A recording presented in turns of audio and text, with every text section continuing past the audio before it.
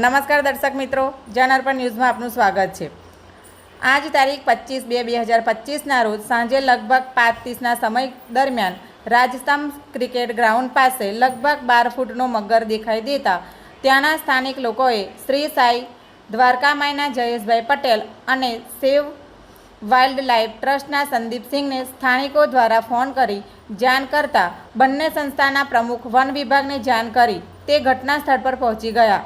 મગર મોટો અને વજનદાર હોવાથી life with wild life foundation, GSPCA, WRT અને પ્રાણીજીવ રક્ષક સંસ્થાના કાર્યકરોને જાણ કરીને બોલાવવામાં આવ્યા હતા।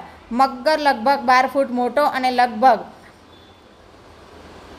250 કિલોની આસપાસનો વજન ધરાવે છે। ક્રિકેટ ગ્રાઉન્ડ પાસે આ મગર અવારનવાર આવીને બેસી જતો હતો, પણ ક્યારેય કોઈને નુકસાન ન હતું પહોંચાડ્યું।